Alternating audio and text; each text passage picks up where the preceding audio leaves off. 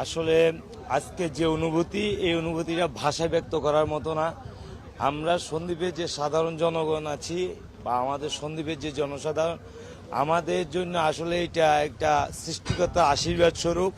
আমাদের মহামান্য উপদেষ্টা, সন্দ্বীপের সন্তান জনাব ফয়জুল কবির খানের অক্লান্ত পরিশ্রমে আমাদের সন্দ্বীপের মানুষের বড় ধরনের একটি কষ্টের থেকে আমরা মুক্ত হয়েছি।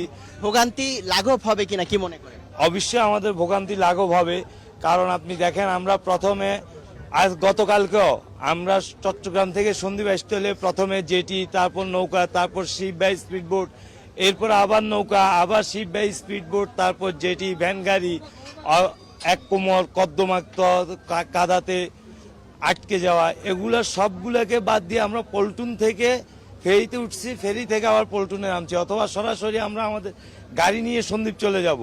সবচেয়ে বড় কথা হচ্ছে আমরা দেখছি যে ঢাকা থেকে একটি বাস সরাসরি সন্দ্বীপ আসতেছে, যেটা বিআরটিসির, এবং ওইখানে লেখা সন্দ্বীপ টু চট্টগ্রাম। এটি আমাদের কল্পনা ছিল না। সব মিলিয়ে আমাদের ভোগান্তি কমে আসবে। তবে আমি প্রত্যাশা করব আসলে এই ফেরিগুলা এই কোস্টালে চলার মতো, বর্ষাকালে চলার মতো ওরকম না। সরকার খুব দ্রুত সময়ে এই সাগরে, উত্তাল সাগরে চলার মতো একটি কোস্টাল ফেরি আমাদের জন্য নিয়ে আসবে এবং 24 ঘন্টা আমাদের সন্দ্বীপকে সার্ভিস দিতে পারবে, এরকম একটি ফেরি সার্ভিস আমাদের জন্য চালু করবে। আমার অনেক ভালো লাগছে। তো এখন আগে আমরা এই যে কাদার মধ্যে পাড়ি দিয়ে আমার দাদুর বাড়িতে যাইতে হইতো, এখন অনেক আরামে গাড়িতে করে যাইতে পারবো, বাসে করে যাইতে পারবো। এবারে ঈদটা নিশ্চয়ই স্পেশাল হবে তোমার জন্য। জি অবশ্যই। খুব ভালো লাগছে স্যার।